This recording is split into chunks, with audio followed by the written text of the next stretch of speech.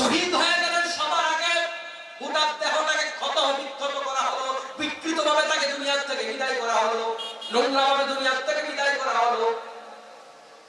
খাব্বাব খুবাইব রাদিয়াল্লাহু তাআলা আনহু ঘটনা আমরা অনেকে শুনেছি। হযরত খাব্বাব রাদিয়াল্লাহু তাআলা আনহু তিনি একজন কৃতদাস ছিল। তিনি যার কৃতদাস ছিল, তিনারা লোহা গলাইয়া লোহা পরাইয়া বগুলা দিয়ে অস্ত্র বানাইতো। ওই কয়লার মধ্যে তাকে শুয়ে দিয়ে তার পিঠটাকে একেবারে ঝলসে দেওয়া হতো। পিঠের মাঝখানে বড় বড় গর্ত হয়ে গেছে। ওই গর্তগুলো হযরত খাব্বাব রাদিয়াল্লাহু তাআলা সব সময় ঠিক রাখতেন। আর তিনি বলতেন, তাকে যখন প্রশ্ন করা হতো এগুলা কাউকে দেখাও না কেন, তিনি বলতেন এগুলা আমি কারোর জন্য এই ত্যাগ স্বীকার করি নাই, এই ত্যাগগুলো হচ্ছে আল্লাহ তাআলার জন্য। এই জন্য আমি হাসরের মাঠে আমার গর্তগুলো আল্লাহর দেখাইতে চাই। রোমের সম্রাট হেরাক্লিয়াসের কাছে একজন সাহাবী গ্রেফতার হলো। ওমর রাদিয়াল্লাহু তাআলা আনহুর সময়ে হযরত হুযায়ফা রাদিয়াল্লাহু তাআলা আনহু তিনাকে যখন গ্রেফতার করা হলো, তাকে বলা হলো, তুমি যদি আমাদের এই ধর্মে আবার ফিরে আসো, খ্রিস্টান ধর্মে ফিরে আসো, তাহলে রাষ্ট্রীয়ভাবে তোমাকে আমরা সম্মানিত করব। হযরত হুযায়ফা রাদিয়াল্লাহু তাআলা আনহু তার এই প্রস্তাবকে প্রত্যাখ্যান করলেন। শুধু তাই নয়, হুযায়ফা রাদিয়াল্লাহু তাআলা আনহু এই কথা শুনে শাসক আবার তাকে প্রস্তাব দিল, তোমাকে আমার রাজ্যের কিছু অংশীদার বানিয়ে দেব। হুযায়ফা রাদিয়াল্লাহু তাআলা আনহু তার এই প্রস্তাবকে প্রত্যাখ্যান করলেন। তারপরে তাকে বলা হলো, তোমাকে এই রাজ্যের কয়েকটা অংশ তোমাকে দিয়ে দেওয়া হবে। আর অনেক বড় বড় প্রস্তাব দেওয়া হলো। হুযায়ফা রাদিয়াল্লাহু তাআলা আনহু সবগুলো প্রস্তাবকে প্রত্যাখ্যান করলো। তারপরে গরম তেলের কড়াই, উত্তপ্ত তেলের মধ্যে তাকে সেখানে ফেলে দেওয়ার কথা বলা হলো। তার চোখের সামনে একজনকে ফেলে দেওয়া হলো। আর বলা হলো, তোমাকে এখন এই পরিণতি বহন করতে হবে, গ্রহণ করতে হবে। হুযায়ফা রাদিয়াল্লাহু তাআলা আনহু চোখের পানি ছাড়লেন, তাকে সেদিকে নিয়ে যাওয়া হচ্ছে। তখন ওই হেরাক্লিয়াস ভেবেছিল এই লোকটা হুযায়ফার মনে হয় এবার একটু সারেন্ডার করার মন মানসিকতা তৈরি হয়েছে।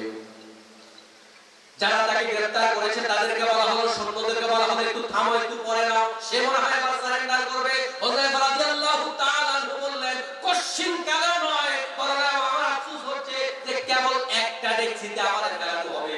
যদি বিষয়টা এরকম হতো যে আমাকে বারবার করে আগুনে ঝলসানো হচ্ছে, আমার শরীরের মধ্যে যতগুলা লোম আছে ততগুলা ডেক্সির মধ্যে তেল গরম করা হয়েছে, আর সবগুলাতে আমাকে ফেলানো হয়েছে, এমন যদি হতো আমি কতই না সৌভাগ্য হতাম। রোমের সম্রাট লজ্জা পেয়ে গেলেন, এটা কেমন ইমান, কেমন মানুষ। লজ্জা পেয়ে সে বললেন, আমি তোমার কাছে, তোমার বীরত্বের কাছে হেরে গেলাম। তোমার কাছে একটা কথা, আরবের কথা অনুপাতে আমি তোমাকে ছেড়ে দিতে পারি, তুমি যদি আমার কপালে একটা চুমু দাও, কারণ তুমি বীর পুরুষ। হুযায়ফা রাদিয়াল্লাহু তাআলা আনহু বললেন, আমি এটাও করব না, তবে করব শর্ত আছে। আমি জালেমের কপালে এমনি চুমা দিব না। আমাদের যত সৈন্য গ্রেফতার হয়েছে সবাইকে যদি তুমি মুক্তি দাও, তাহলে আমি চুমা দিতে রাজি আছি। হুযায়ফা রাদিয়াল্লাহু তাআলা সকল সৈন্যকে এক চুমা দিয়ে মুক্ত করাইলেন। ওমরের দরবারে হাজির হলেন।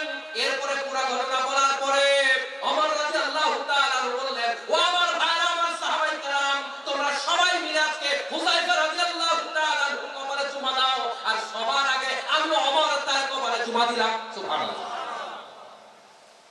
আমার মুসলমান ভাইরা, মুসলমানরা কখনো তরবারি দেখে টলে যায় নাই, মুসলমানরা কখনো ধমক দেখে, মুসলমানরা কখনো কারো রক্তচক্ষু দেখে ভয় পেয়ে যায়নি। এজন্য এই ভয় না পাওয়া মুসলমানদেরকে যুগে যুগে বিজয় এনে দিয়েছে, ঠিক কি না? আজকে বাংলাদেশের প্রেক্ষাপটে আমরা অনেক বেশি অন্ধকার দেখতে পাচ্ছি, আমরা অনেকে হতাশ। আল্লাহ তাআলা বলেছেন, ওয়ালা তাহিনু ওয়ালা তাহজানু ওয়া আনতুমুল আ'লাউনা ইন কুনতুম মুমিনিন। তোমরা হতাশ হয়ে যেও না, নিরাশ হয়ে যেও না, বিজয় তোমাদেরই হবে, তবে তোমাদেরকে মুমিন হতে হবে। আল্লাহ আমাদের বিজয় না দেওয়ার মানে বোঝা যায় আমরা এখনো পরিপূর্ণ মুমিন হতে পারি নাই। আল্লাহ শুধু ঈমানের শর্ত দিয়েছে, পরস্পর হওয়ার কথাও বলে নাই, বড় টাকাওয়ালা হওয়ার কথাও বলে নাই। আল্লাহ ঈমানের শর্ত দিয়েছে, এর দ্বারা বোঝা যায় আমরা যদি সাহাবায়ে কেরামের মতো ঈমানদার হতে পারি, এই বাংলার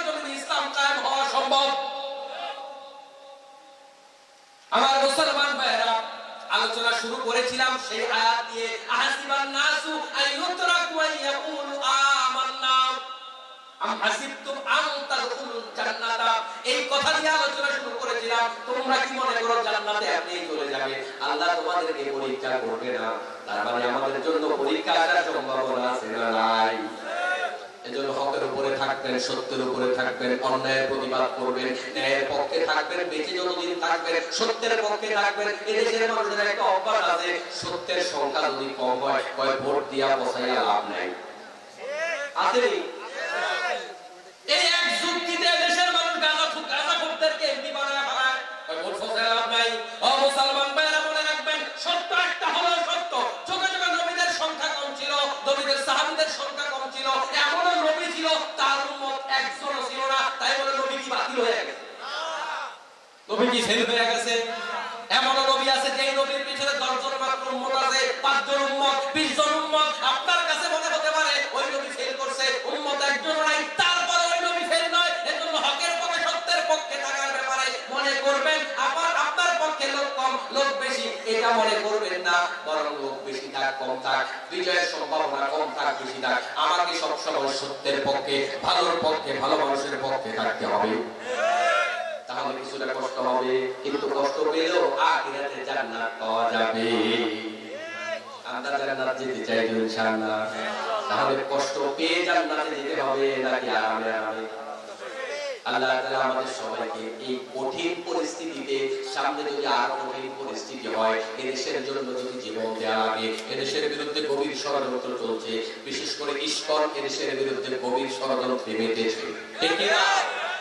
এই ইসকনের মতো সন্ত্রাসীদেরকে দমন করে বাংলার জমিনকে আবার স্বাধীন করতে হবে।